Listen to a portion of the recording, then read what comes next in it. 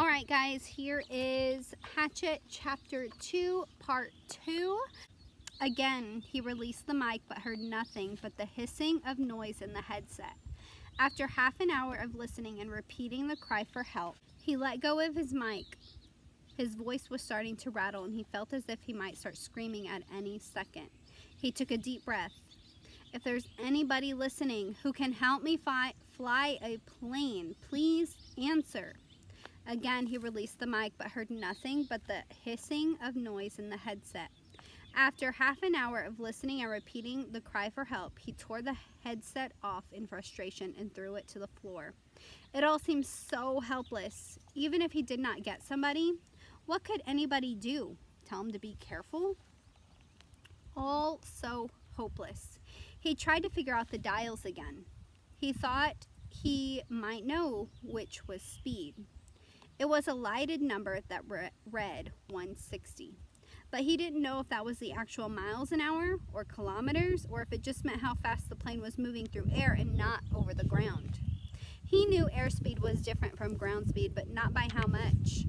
Parts of books he'd read about flying came to him. How wings worked, how the propeller pulled the plane through the sky. Simple things that wouldn't help him now. Nothing could help him now.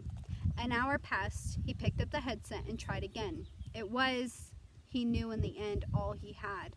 But there was no answer. He felt like a prisoner, kept in a small cell that was hurtling through the sky at what he thought to be 160 miles an hour, headed, he didn't know where, just headed somewhere until, there it was. Until what? Until he ran out of fuel? When the plane ran out of fuel, it would go down. Period. Or he could pull the throttle out and make it go down now. He had seen the pilot push the throttle in to increase speed. If he pulled the throttle back out, the engine would slow down and the plane would go down. Those were his choices. He could wait for the plane to run out of gas and fall, or he could push the throttle in and make it happen sooner. If he waited for the plane to run out of fuel, he would go farther. He would go farther. But he did not know which way he was moving. When the pilot had jerked, he had moved the plane. But Brian could not remember how much of it had come back to its original course. Since he did not know the original course anyway and could only guess at which display might be the compass, the one reading 342, he did not know where he had been or where he was going, so it didn't make much of a difference if he went down now or waited. Everything in him rebelled against stopping the engine and falling now. He had a vague feeling that he was wrong to keep heading as the plane was heading, a feeling that he might be going off in the wrong direction. But he could not bring himself to stop the engine and fall. Now he was safe, or safer than if he went down. The plane was flying, he was still breathing. When the engine stopped, he would go down. So he left the plane running, holding altitude, and kept trying the radio. He worked out a system. Every 10 minutes, by the small clock built into the dashboard, he tried to radio with a simple message. I need help. Is there anybody listening to me? In the times between transmissions, he tried to prepare himself for what he knew was coming. When he ran out of fuel, the plane would start down. He guessed that without the propeller pulling, he would have to push the nose down to keep the plane flying. He thought he may have read that somewhere, or it just came to him.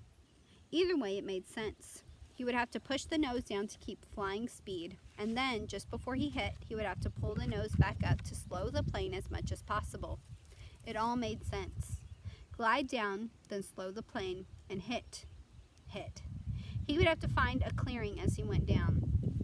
The problem with that was that he hadn't seen one clearing since they'd started flying over the forest. Some swamps, but they had trees scattered through them. No roads, no trails, no clearings, just the lakes. And it had come to him that he would have to use a lake for landing. If he went down in the trees, he was certain to die. The trees would tear the plane to pieces as it went into them. He would have to come down in a lake. No, on the edge of a lake.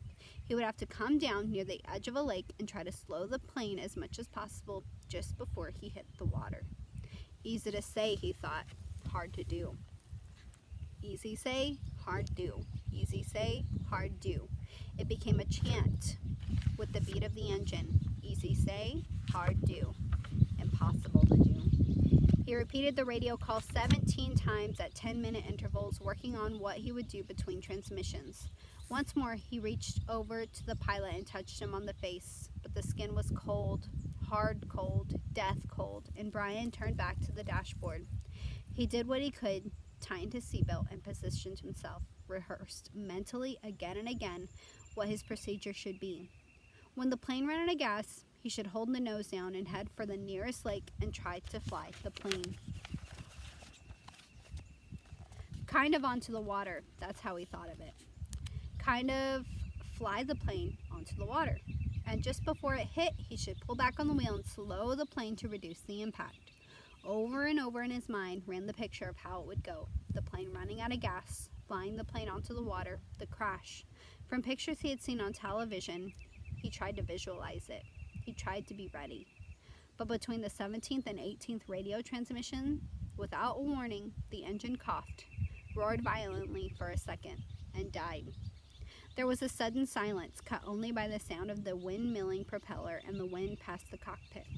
Brian pushed the nose of the plane down and threw up. Alright guys, that's the end of chapter 2. I'll be coming back with chapter 3 soon. I hope you enjoy. I'll see you soon. Bye.